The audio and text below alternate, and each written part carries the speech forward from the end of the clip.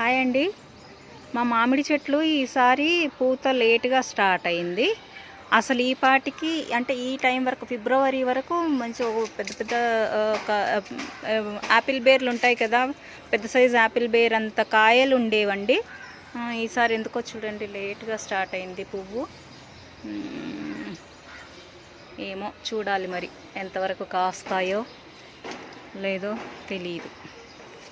చూడండి మాడిపోవటం కూడా స్టార్ట్ అయింది పువ్వు. అప్పుడే పువ్వు పూయటం, మాడిపోవటం.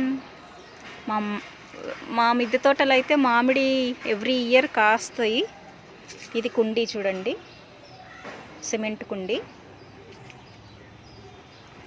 ఇదిగండి,